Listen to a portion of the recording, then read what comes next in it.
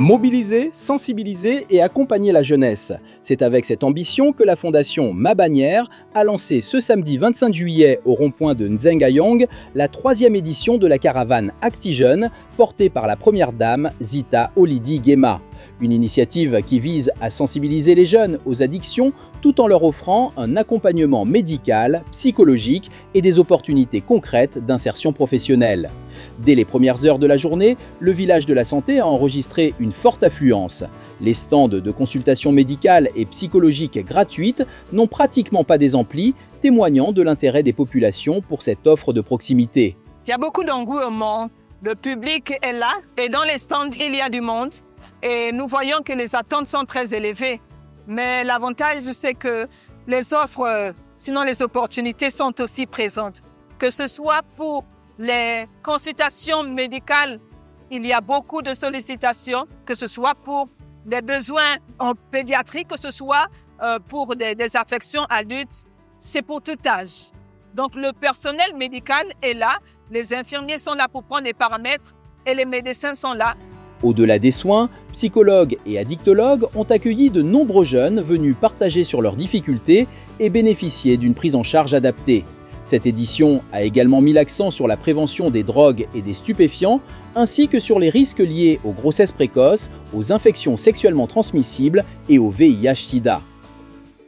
La consommation des drogues chez les jeunes est une question de santé publique qui nécessite la prévention par la sensibilisation, l'écoute, l'information, mais aussi une prise en charge spécialisée.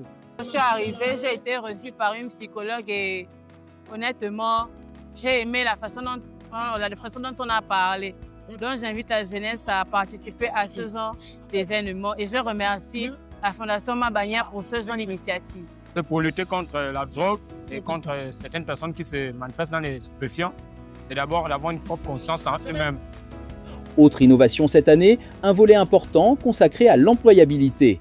Grâce au Pôle national de promotion de l'emploi et à plusieurs partenaires, plusieurs jeunes ont pu découvrir des offres d'emploi saisonniers et des dispositifs favorisant leur insertion professionnelle. En faisant le tour, nous voyons aussi pour les ateliers qui présentent des opportunités d'insertion professionnelle.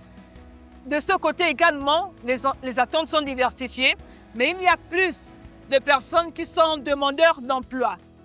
Mais encore là, ça dépend, ça joue des critères en fonction de leur profil, parce que nous avons donc l'avantage d'avoir sur place des recruteurs qui offrent donc des emplois saisonniers, notamment Clean Africa et également Sopraga.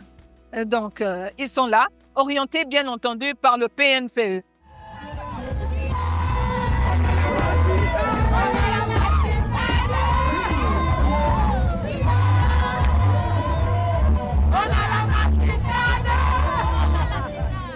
La journée s'est achevée dans une ambiance festive avec une grande tombola qui a fait de nombreux heureux et renforcé l'adhésion du public à cette initiative.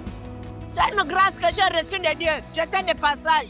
C'est comme si quelqu'un m'a dit rentre dedans. Je me suis renseignée. On a dit c'est la Fondation Ma Bannière. Moi aussi je suis rentrée. On m'a dit maman si tu veux jouer à la tombola. Je me suis présentée devant mes filles. J'ai ramassé le questionnaire. J'ai répondu. On m'a dit maman c'est bien, va t'asseoir. Nous appelons le gagnant ou la gagnante du numéro 44.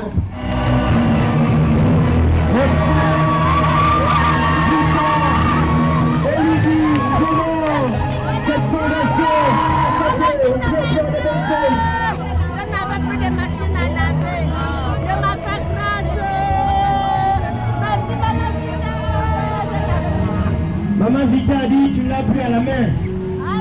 C'est fini. Donc ce soir, vraiment, je tiens à remercier Madame Zita de ce beau cadeau que j'ai eu. Alors que ma machine était déjà en panne.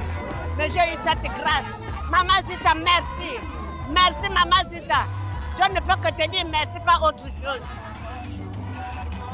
À travers cette 3e édition, la Fondation Ma Bannière confirme son engagement à offrir aux jeunes des solutions concrètes pour leur santé, leur bien-être et leur insertion, tout en encourageant la prévention et la lutte contre les addictions.